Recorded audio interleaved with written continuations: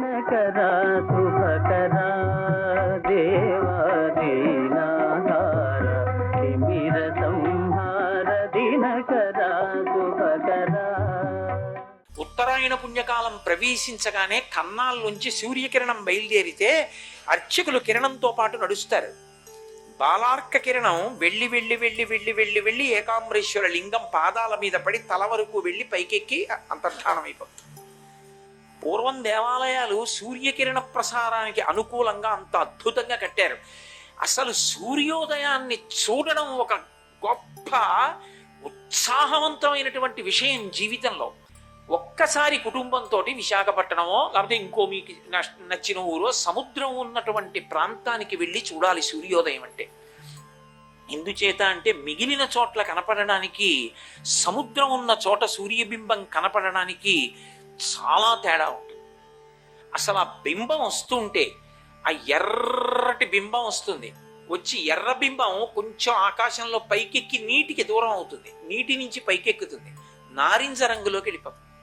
అప్పుడు కూడా మీరు చూడొచ్చు మాంసనేత్రంతో. నారింజ రంగు తర్వాత ఏ ఋతువో ఆ ఋతువు యొక్క రంగులోకి మారుతుంది. ఉదాహరణగా నేను చెప్పాలి అంటే చైత్ర వైశాఖ మాసములు వసంత ఋతువు ఉందనుకోండి, కపిలవర్ణంలోకి మారిపోతుంది. ఆ కపిలవర్ణం తీసేసుకునే ముందు ఇక దుర్నిరీక్షుడు, ఇక మీకు మాంసనేత్రం చేసి చూడడానికి యోగ్యుడు కాడు, మారిపోతాడు. ఇక అప్పుడు కంటితో చూశారనుకోండి కన్ను నీరు విడిచిపెట్టేస్తుంది, అంతకంతలో మారిపోతాడు. అందుకే ఋతుకర్త ప్రభాకర, ఆయన కానిదేది, ఆయనే ఋతుకర్త, ఋతువులను చేసేవాడు ఆయనే. అందుకే ఆయన ఈ విశ్వాన్నంతటినీ చెక్కుతాడు అందంగా.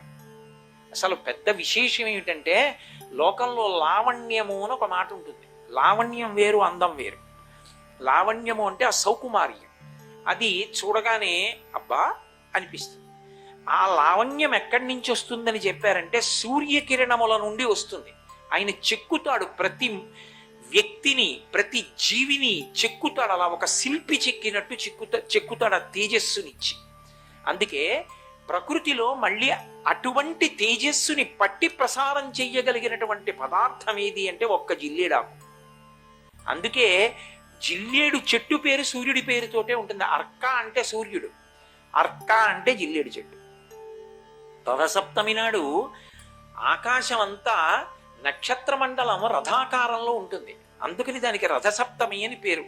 ప్రతి సప్తమి తిథి నాడు సూర్యకాంతి చాలా విశేషంగా ఉంటుంది.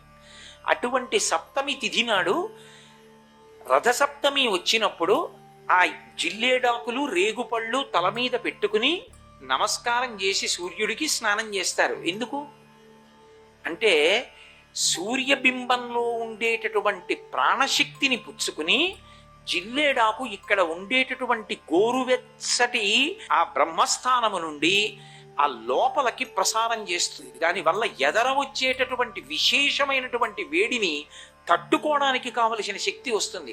రేగుపండుకి ఓ లక్షణం ఉంది, పీడ తీస్తుంది అది.